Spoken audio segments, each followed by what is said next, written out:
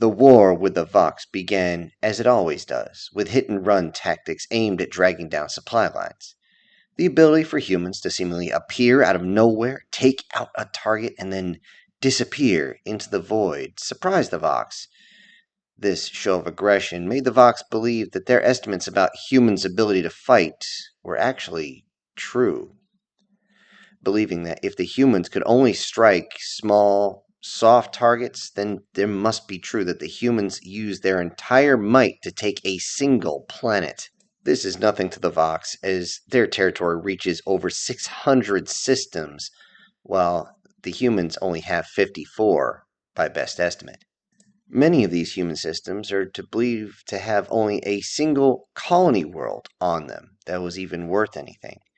This war should be over quickly, and the Vox will believe the new territory and the new toys to play with, well, it will be worth whatever they lost. Mobilizing 98% of their entire combined fleet, the Vox prepares to attack. In a blitzkrieg not ever seen before, the Vox spread out and strike against every human planet and system near their border at the same time. They even crossed into Slag and Watcha territories and almost eliciting a response from those species before simply moving across, not even coming out of FTL. The only systems they avoided were the Lapin, where the Vox leadership believed a full garrison of humans and up-armored Lapin reside. It would be embarrassing if the only planet they were not able to take was actually the Lapin homeworld that started this whole thing off. Across all sectors, the Vox attacked, and what they found was not what they were expecting. Every single human world has its own defense fleet, along with satellites, minefields, electronic warfare that scrambled every sense they had, and the list of dangers just got larger the closer they got to their targeted planet. There were stealth ships, ground-based anti-vessel cannons and missiles, drones that numbered in the millions that turned into a death cloud reaching from low-orbit satellites and the planets themselves. Getting flickering images of this, the Vox believed that it had to be a trick and charged blindly forward, believing that no one could stop them.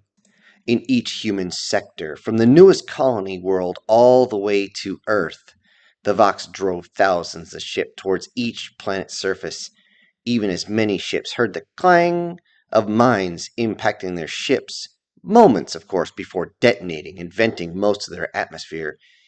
Even the millions of drones that formed a circle around the fleets and attacked like a horde of angry mosquitoes in a nudist colony, ripping the smallest ships to pieces with munitions before forcing a landing on these ships, and tearing them to pieces with large mechanical arms and torches.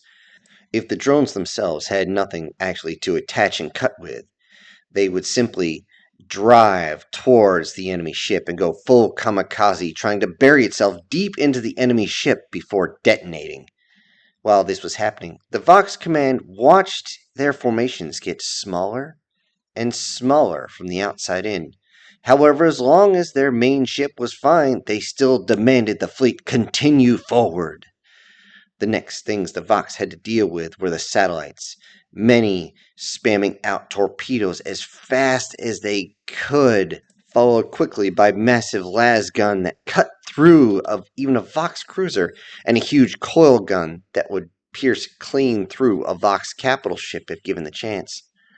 Following all this, if the enemy fleet wanted to continue, which they always seemed to want to, there was the human war fleets. Many of the human ships covered in so many weapons that they looked like a spruce tree that its top was pointed towards the enemy. This was weird, but when the guns started talking, everyone listened and didn't think it was so funny. All of the ships cutting across the blackness of space with their las turrets, punching massive holes in even the largest enemy ships, along with the coil guns piercing clean through one and then into another, spamming out even more torpedoes and more missiles that even the best ship couldn't figure out what the hell was coming in and what to shoot at. The Vox defenses were robust, but this was mainly due to their numbers. numbers that were declining fast over time. Yet the Vox still drove forward, firing into the human lines in an attempt to force the humans to submit. Many of them would turn a pastel green as they realized that the humans were targeting their ship. In desperation to save their own ass, many of the Vox claimed that they had slaves on board. These calls sent to the humans were actually left unanswered as more and more of the Vox ship were torn apart.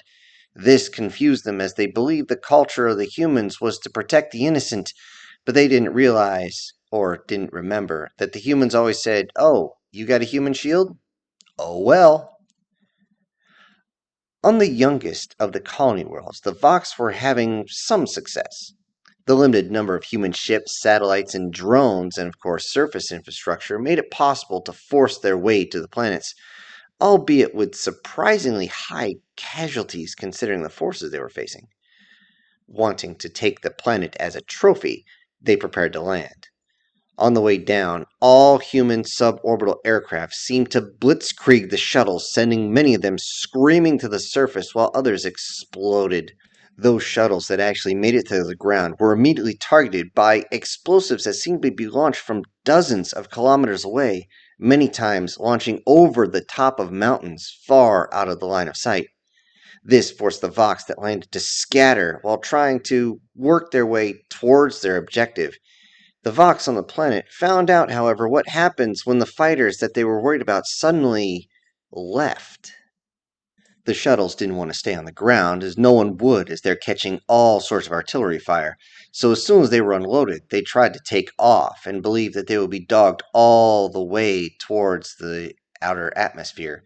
However, what awaited them was a whole bunch of guided munitions using chemical propellants as they rumbled across the sky, each of them smashing into the shuttles, corvettes, and frigates that made planetfall. This caused more of them to crash, sometimes crashing right on top of the invaders that they just dropped off. With forces on the ground still advancing, it was up to the locals to face the flood, which they did.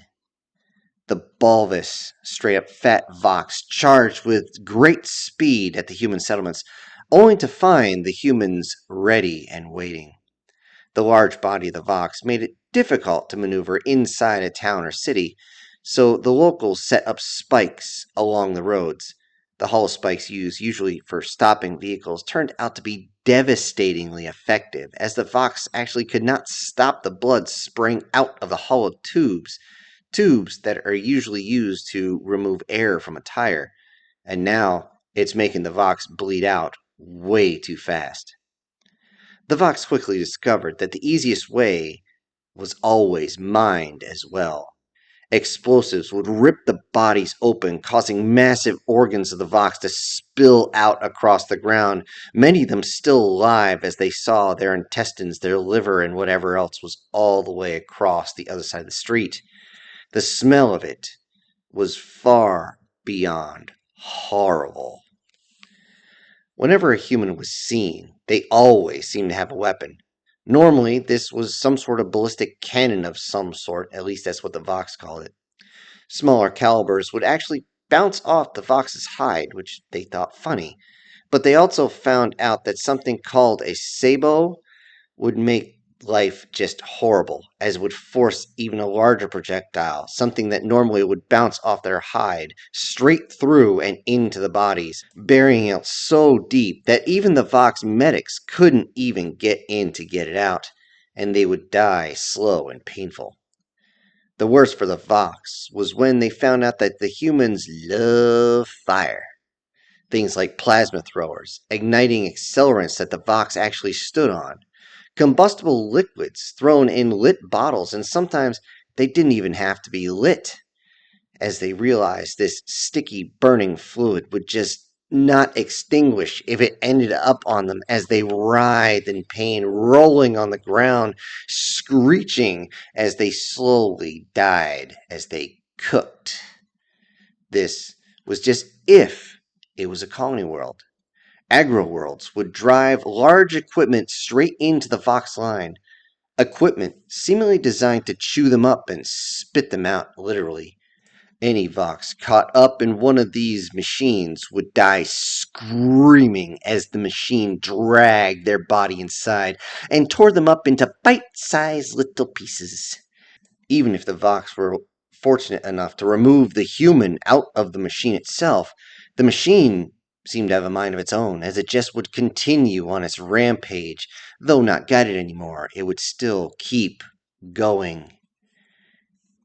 Any of the human planets that were built up with a full military would hold the line, as they would use weapons and vehicles designed specifically to kill.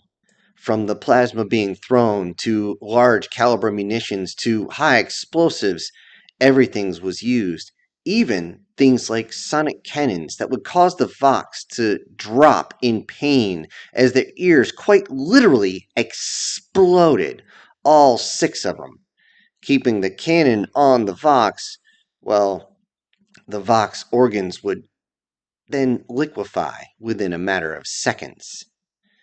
The Vox, however, continued their assault as far as they could, as they were tearing buildings open, pulling out the occupants, and treated them the same way they treated the Lapin. Every time this happened and it was successful, and the humans happened to see it, the humans seemed to fall into a rage, and they would attack with absolute blind fury, abandoning their cover and concealment, striking out with whatever they could grab. They would then swarm the Vox, tearing it apart and leaving it to bleed out on the street, missing many of the parts it would need, in particular its limbs, its eyes, its tongue, and pretty much anything else it might have a pair of. Any human planet above the status of an agro world would be able to stop the Vox invasion cold. Industrial worlds held out but were severely damaged. Core worlds were able to stop almost all attempts to even start a ground invasion, as they had the largest navies, of course. This would be a lesson that the Vox politicians would not hear about. Yet those that attacked a core world would find out that humans had definitely not drained their entire navy on a single planet. As the battles ended, everyone scrambled to resecure the borders around their individual planets. And of course, they also began to send their fleets out to take back human worlds. Since the Vox had decided to attack all of humanity at once, it was truly time to let slip the dogs of war. Deep in the ether of space, human ships waited. The Vox had no idea that humanity was actually preparing for an assault. Yet they would find out very quickly as the call went out.